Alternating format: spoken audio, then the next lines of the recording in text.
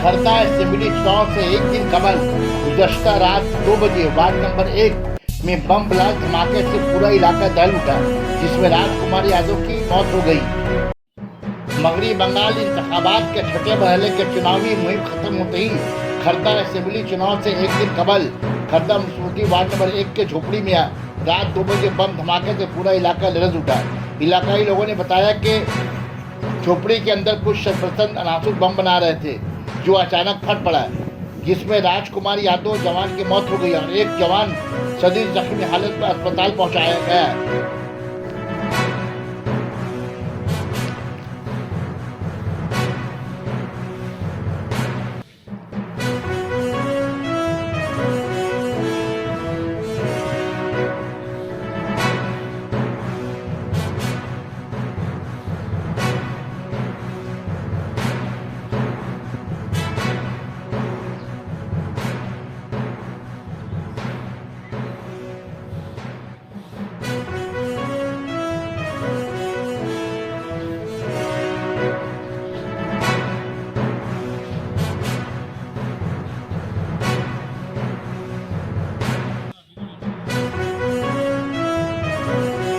ভিতরে যাচ্ছি না।